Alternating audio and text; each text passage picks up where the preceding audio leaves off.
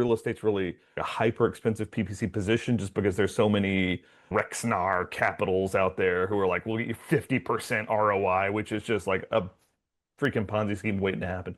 And so it's just an expensive, weird place to try to advertise a complicated product. There seems to be in all these groups a number of wholesalers that are out there trying to figure out how to scale this thing, especially in this market. It seems to be getting harder and harder to find these deals to buy deep enough. No, that's it. We're buying a lot of buy and hold. So I just kind of occupy a different niche. We're buying a lot of single family buy and hold. We want the numbers to cash flow. We're looking for investors who want semi-passive retirement assets that they control. Yeah, it's a challenging market because we're buying on one end and we're selling those same houses 5 to 7 years later on the other end. And so we're actually seeing both sides of the market every day. Are we seeing softer pricing on our acquisition side? Yes, we absolutely are, especially from contractors. And then as we turn around, as we try to sell out on the other end, are we seeing softer pricing when we're going to sell? Absolutely. Absolutely. And so I think the bigger problem for us is we're seeing the whole market's kind of jelly-legged right now. It feels like no one knows what's coming or going with tariffs. And that's caused a lot of our buyers to just back away from the table. It's caused a lot of our sellers to just get soft offers over and over. And no one's really sure. Are we heading into a recession or a depression? Or like, are we about to see the golden age of the economy? It's like, oh, we're one of those three for sure. Yeah. And Yeah. Are so rates going to come down and tariffs get pulled off the table and we're in a good place, or like what? well, it depends on who you talk to. Because I can talk to one person, they're like, hey, the tariffs are going to maximize the economy, this. And I'm like, okay. We have a different worldview, I guess, on tariffs. One of my companies imports bandages. It's totally stopped. And I'm like, and if I represent every importer in the country, then I know there's pain happening there that most people don't feel. And so, anyways, what's Renovo do so that I can kind of plug you into my world where it might make sense? Yeah, so we're a private lender. We lend in about 40 markets. Started off Okay. in Chicago and then have scaled the past 6 years from being just a Chicago-based lender to being in, I think we're in about 35 states, 40 markets, and we have just over 40 loan officers. We set up lending shops in a lot of these places, true brick and mortars, but if they're not brick and mortars, the lenders and their teams are typically out of the markets that we lend in. So we really take a localized approach, but we are the second biggest private lender in the country. So we'll do just short of $4 billion this year is kind of where we're pacing right now. And our product suite is ground up construction, fix and flip, the 30-year rental products, so the DSCR loans. And we do mostly single family, but we also venture into kind of the multifamily mixed use space. So I think that's a unique wrinkle to a lender like us. We don't cap out in that 1 to 4 unit world. We can go up to the 100 units or whatever it might be. It's more of a dollar amount that we're comfortable with. So that's kind of us in a nutshell, very, very hands-on. We handle the draw process ourselves. We have local lenders, and then we service all of our loans on the back end as well. Interesting. Interesting. So you're more focused on kind of fix and flip or buy and hold, or you do both of those? What's like your core competence? We do both of those. So we are a 64% fix and flip, 35% term loans.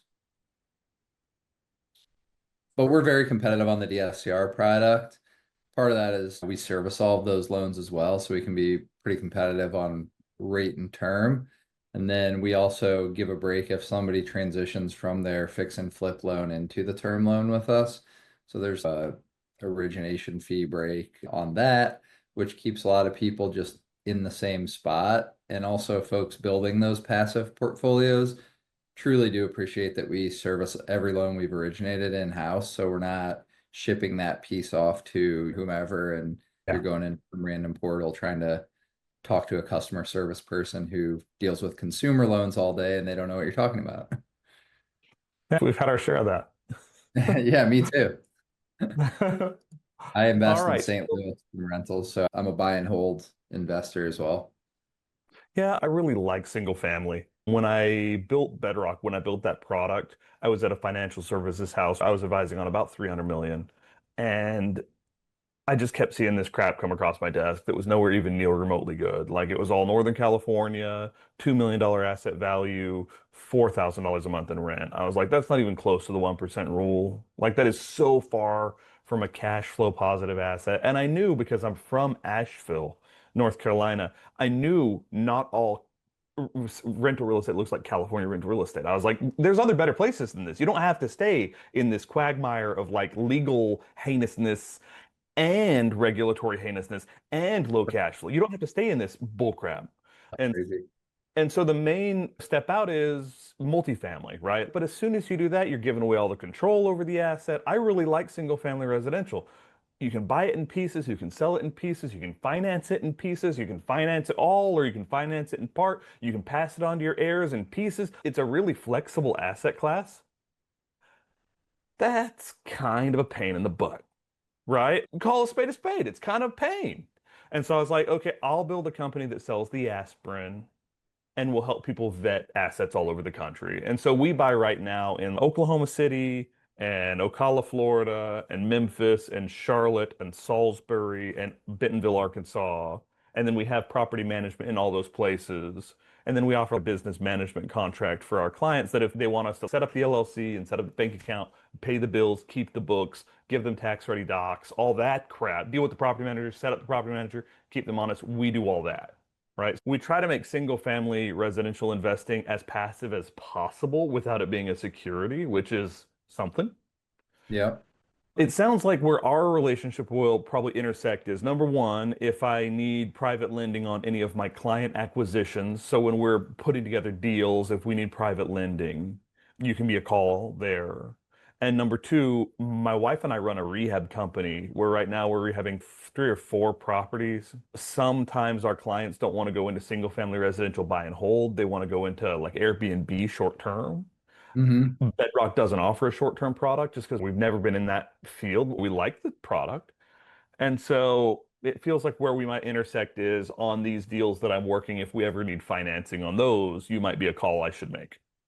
Yeah, absolutely. And then, like you said, we would set up referral programs as well with folks. And those are kind of the ways we work with people, right? Okay. Either we do nothing, we're just buddies and we talk about the industry, and that's great too. And we just share what we're seeing out there. Two is the referral program. We've got some passive investors, or I should say, some active investors making good passive income. Once somebody is passed off to us as a referral, we'll tag them to whoever referred them and just pay you in perpetuity on everything they do. So we've got Okay. some people that are making 6, 7, 8,000 bucks a month, just mailbox money. We send them a report at the end of the month. Here's your 20 guys that did deals, and we're gonna send you a wire on Friday. And then we are a direct lender, obviously. So those are the three ways that we operate. And like I said, our lenders are generally local, if not local, regional. So that's how we like to operate, is really have that feel where they're growing out their circle of success. They know the market, they know the contractors, the way that things operate. They can say, oh yeah, somebody just did a deal 2 streets over and here's how it went. So we place a lot of value on that local expertise as well. Okay. Do you have someone in Greenville, South Carolina? So we have somebody in Raleigh and somebody in Charlotte, but Okay. Greenville, I do not believe. Okay. I'm north of Greenville, south of Asheville. So I kind of work in that triangle, Greenville, Spartanburg, Asheville. Okay. I like the area. Here's my big question for you. We have 3 properties here in our region that 2 of them were hit with Hurricane Helene. And I think you heard me when we chatted 2 weeks ago. We've been in the process of like a Hurricane FEMA SBA loan for now coming up on 8 months. And that is the worst loan process I've ever been through my life. It's not my properties. I'm representing a client. He's really well off. Like he's got 1.5 million in cash. He's got 2 million in notes. He's got at least 5, 6 million in real estate, all cash. He owns it all. So he's got like $7 million of cash and assets, and SBA is just like dragging their feet for 7, 8 months. Ugh. Uh, FEMA's always a disaster to work with. I've worked with lenders for the better part of 16 years, and whenever there's that natural disaster, they've got to stop their whole process. Any loans that are in the pipeline that they're selling, they have to stop. They have to go rep and warrant that it's in a certain condition. And they cut off the ability to lend in those FEMA disaster zones. And sometimes it can be like 6, 8 months. And it's like, this thing's done. We can't lend on new houses that we're going to go get appraisals on. What are we doing here? Yeah, it's something I've never run into. I'm chronicling the experience to put it up on the YouTube channel, just trying to teach as much as I can, bring in some capital. So yeah, he may actually need like a $2 million loan to finance the remainder of the rehab if FEMA keeps jacking us around like this. I have enough capital, he has enough capital just to get us to this point, but he may need a $2 million loan. The property just appraised for 3.7. We bought Wow. it for $1 million. He owns it cash. And it's one of one. It's an epic asset. But yeah, that may be a conversation worth having if we Hmm. can't get FEMA to like show up. How long's your turnaround? Assuming I said, okay, let's give this the old college try. Let's assume I kick in an application, I kick in my explanation, I kick in what you guys need. How long is turnaround? Like, what does your underwriting timetable process look like? Yeah, typically for a fix and flip loan, we say 2 weeks to fund the loans. It could be a tad more. And then once we get a working relationship, I mean, we can fund stuff really fast. I think somebody just posted something yesterday.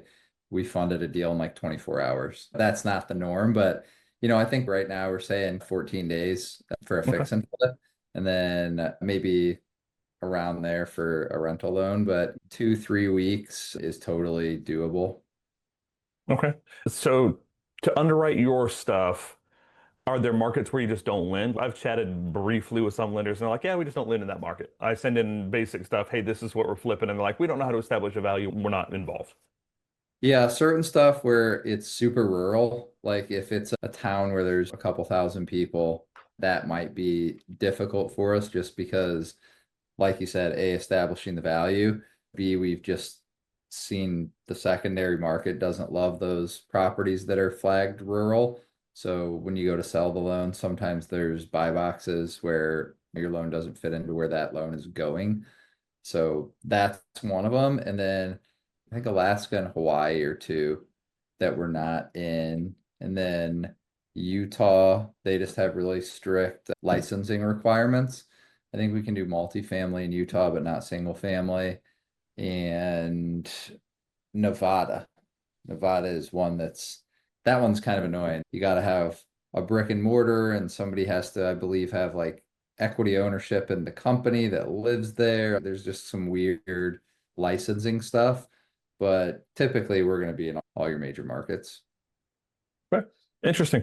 All right. That's what I've got going on right now. I'm happy to refer some people if they need private money. That's always good to have another relationship. Yeah. You said Um, you do a YouTube I'll channel? Yeah, it's new. It's very, very new. I basically realized we've got 7 small companies growing in a couple of ways. I've got this history and financial advice, and then I've started like 17 to 30 companies, depending on how you count. I've helped a Wow. bunch of people start companies, started a cryptocurrency company back in 17. Just really some interesting stuff, an interesting life. And Yeah. at the end of the day, I realized like what's between me and my goals at this phase? I want more people to know Bedrock exists so they come and buy houses and let me manage them, right?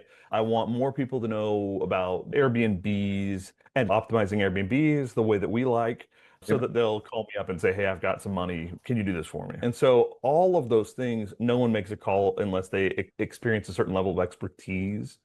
And PPC is expensive right now. Real estate's really a hyper expensive PPC position just because there's so many Rexnar capitals out there who are like, we'll get you 50% ROI, which is just like a freaking Ponzi scheme waiting to happen.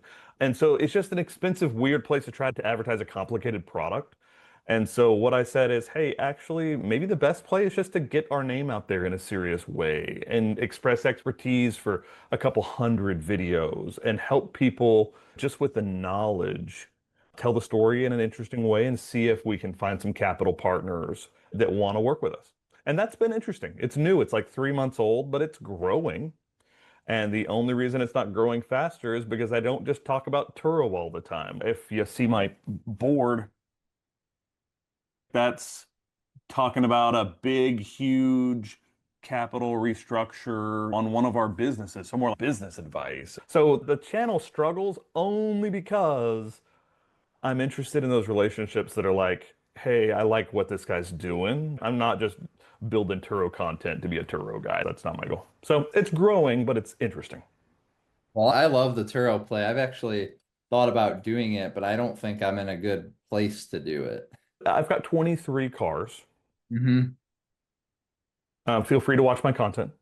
I don't like it, if I'm perfectly candid. For me, it works as a really good write-off, and it works as really predictable, dependable cash flow. But the relationship with Turo has degraded over the last 30 months in a way that's hard to describe. Just think of like your primary partner in your business, whoever that is, your funding mechanisms. If every 3 months they came out with another thing that just said in another way, you guys aren't important to me. Like the people who are important to me are me, right? And if they just kept changing the rules in ways that just made it worse and worse and worse for you, to their benefit directly. It's like, okay, we're not partners. You're just trying to squeeze this for everything it's worth. And they've done that. Like they've made smoking fees impossible to collect on. They've outsourced all of their American-based customer support. They've changed the review methodology so that it no longer makes any sense. They've eliminated power host support in the last 24 months. Every change they make is just shit. And it's like, okay, you guys aren't interested in staying around long term or in providing a good product long term. I'm going to stop buying cars. And there are some conflicts of interest with Turo that are not going away. So whatever. I like Turo because it's a diversified position for me that has good cash on cash. I own the cars. You have to own the car. Can you lease a car and put it on Turo? Yes and no. So you as a lender know that the fine print is kind of what's enforced and what's not. Usually on a typical lease or a typical financing, it says, hey, this cannot be used in commercial applications. So usually retail style financing says you can't put it on Turo, but they don't enforce that.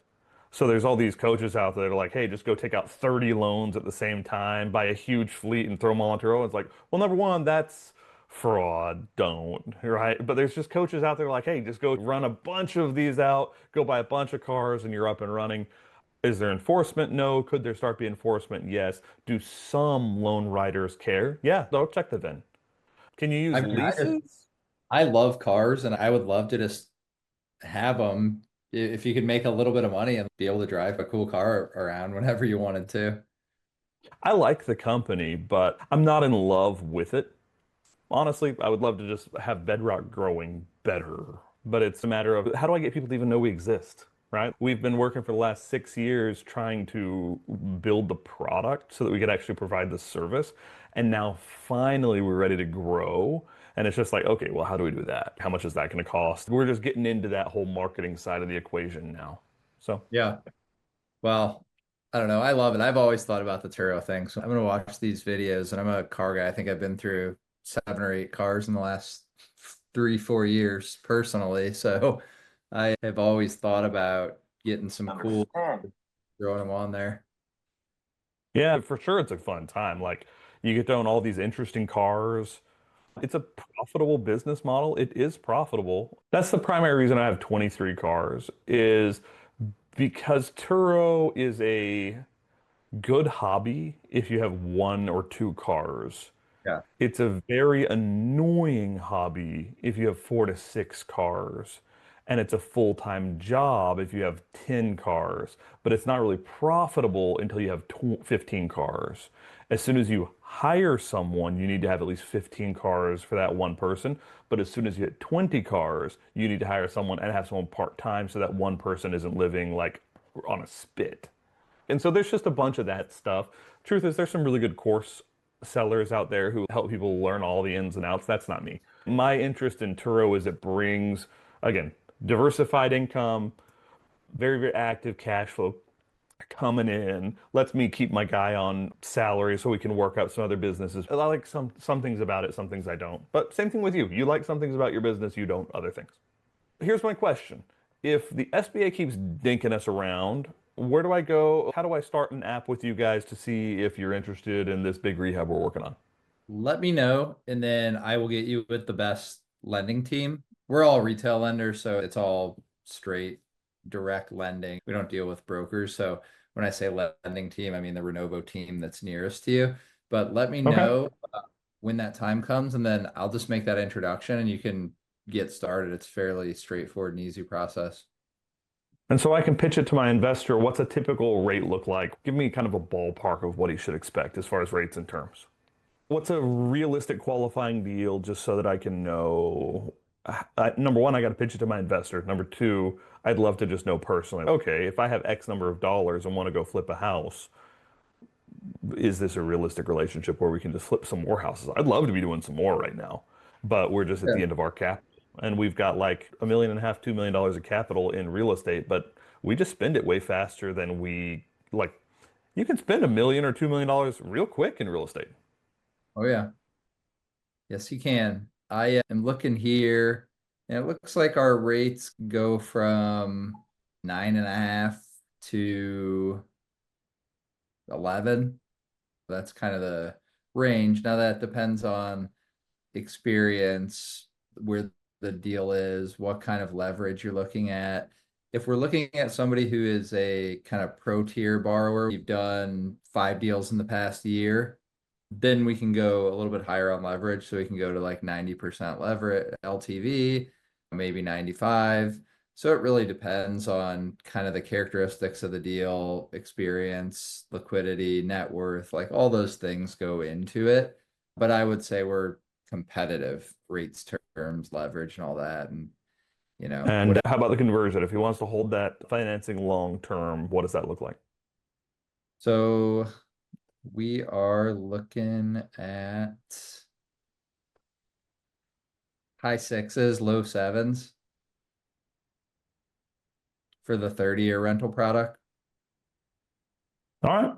That is good information. I'll email as soon as if we don't have an answer by the end of this week, we're just going to start looking at other options. So this may be good timing. They've kind of just dragged us since Helene, which was last freaking September. It's like, Ugh.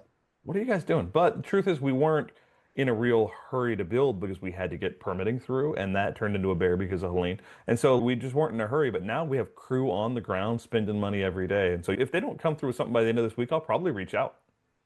Yeah, please do. And there's no harm to at least get the relationship with somebody that's in your market and understand what it all looks like. And another nice thing, we don't do hard credit pulls at all. So we just do soft credit pulls. Some people like to know that when they're exploring Yeah. lending, want to constantly be getting dinged on your credit. Okay. I'll let my guy know and we'll come back around. I really appreciate the time, man. Yeah, it was good talking with you. I'm gonna watch these videos. Yeah, certainly we're giving away a lot of good information. We're just trying to figure out a way to give it away that it gets us what we need in return. Mm-hmm. Makes sense. We do the same with our podcast. We get investors on. We do fireside chats with our CEO and executive team on there. So we've got a podcast that's for the same reason, right? We want to get the name out there, get the brand out there, and be able to collaborate. A lot of these top investors that we work with have their own podcasts. Yeah, So also a good way to go out and say, oh, you jump on our show, we'll jump on yours. And then that can be the start of a relationship sometimes. I agree. We do the same. So if you ever want me as a podcast guest, feel free to let me know. Hey, not for nothing. How do you like Investor Fuel? I don't This know is the anything first about it. mastermind I've ever been a part of. And I realized when I chatted with them, I was like, the problem with my situation is I live in freaking Eden, man. Like I live on 10 acres. We've got our own river. I work 500 feet from my house. And I love the house. It's like this magical place we've ended up. But I don't ever talk to anybody. I just sit here and talk to my employees. And I was like, wait, wait, wait, wait, wait, wait. I've made a lot of money over the course of my career because of relationships, and I'm not making relationships anymore, right? I'm just sitting here talking to the computer. So Yeah, what do you think? it feels like a good group. I go to a bunch of these mastermind events. That's really my job here. So we belong to 4 different groups, and I go to 20 plus of these things throughout the year all over the country. And they're all different flavors and different types of investors. I think anything that's at the scale that all of these are, that you're getting big name service providers going to, I think at least that is some vote of confidence you're in the right place, right? If the second biggest lender, the first biggest lender. If people like that want to be there, then it's probably a good place to be. Okay. No, that's an honest answer. I appreciate that, man. All right, we'll Yeah. keep in touch. Brandon, I really appreciate the time, man. Yeah, likewise. Good talking with you. Later, buddy. Take care.